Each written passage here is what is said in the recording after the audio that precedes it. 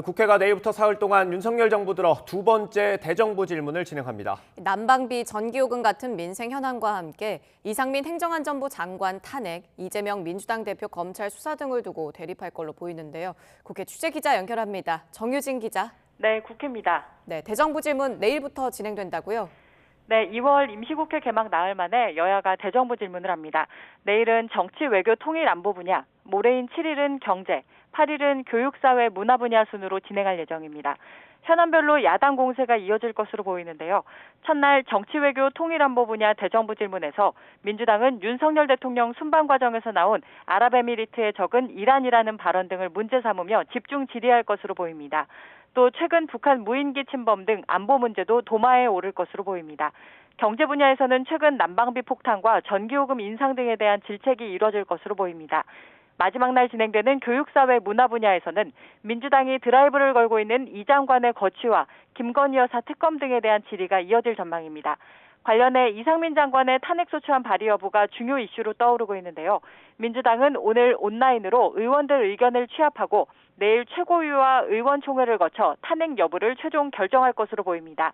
이런 가운데 2월 임시국회를 이재명 민주당 대표 방탄을 위해 열었다고 공격하는 국민의힘의 공세도 만만치 않을 것으로 보입니다. 네, 국민의힘 전당대회 상황도 전해주시죠. 주말을 맞은 국민의힘 당권주자들은 오늘도 바쁜 일정을 소화할 예정입니다.